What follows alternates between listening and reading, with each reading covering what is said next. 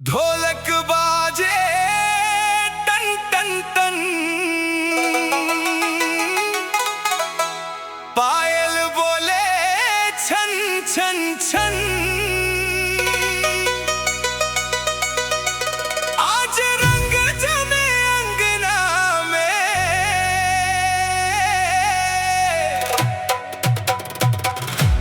नाचे सारा गाँव रे।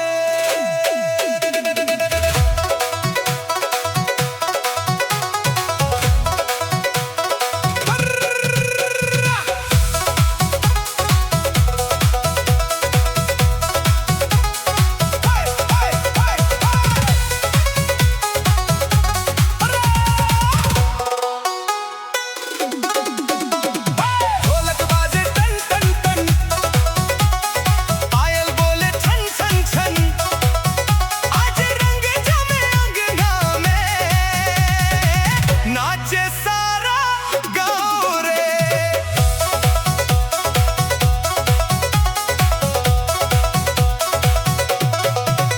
गोरिया जब हंस के देखे, दिलवा धक धक होके। तोहरे गजरा रेखिया, मनवा के चैन चुरावे। लाल चुनरिया उड़ उड़ जाए, पुरवैया संग संग।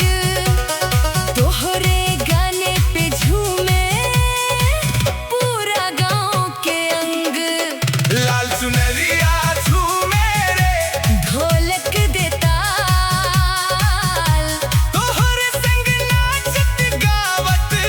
हो जाला कमाल। रुनु झुन पायल बाजे रे, महके सिंगार, तोहरे प्यार में साजन। दिलवा बेकरार।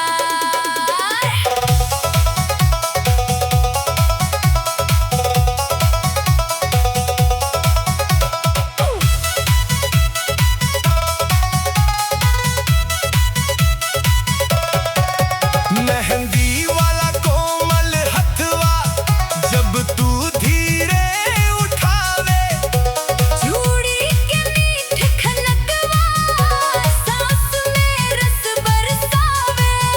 गोर गाल पे लाज के लाली, जैसे भोर उजियार। तोहरे बिना ए साजन, सोना लागे संसार। झूमे रे मनवा झूमे रे, तोहरे प्यार में भींजला दिलवा सजनी। सावन बहार में खन खन चूड़ी बोले रे, बजे सितार। तोहरे नयनवा मारेला। सीधा दिल पे वार।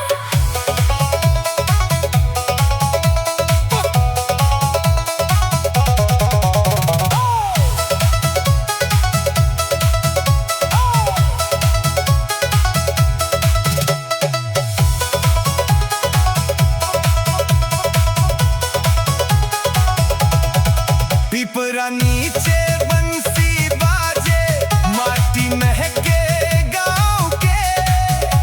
तोहरे संग नाचे के मनवा, सपना देखे छाँव के। धीरे धीरे बोले बयारिया, लेके प्रेम संदेश।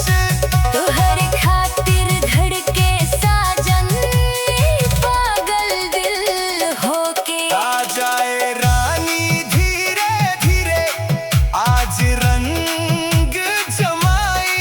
देसी दुनिया प्रेम के बतिया, साथे गुनगुनाई।